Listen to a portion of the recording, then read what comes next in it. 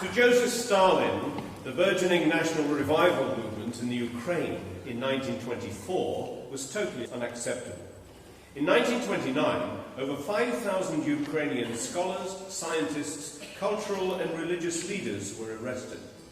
They were either shot without trial or deported to prison camps after being falsely accused of plotting an armed revolt. Stalin imposed onto Ukraine the Soviet system of land management, known as collectivization.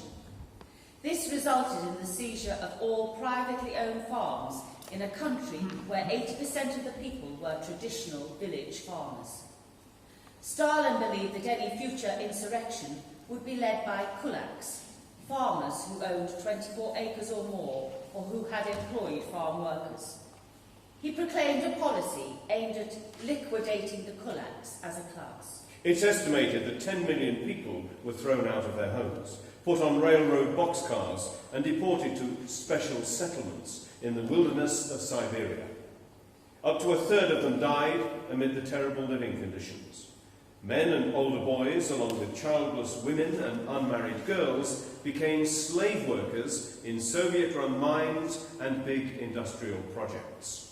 In the Ukraine, village farmers were reduced to the level of rural factory workers on large collective farms. Anyone refusing to participate in the compulsory collectivization system was simply denounced as a kulak and deported. By 1933, Soviet attempts to crush the Ukrainians had failed. So Stalin increased the mandatory quotas of food to be shipped out to the Soviet Union.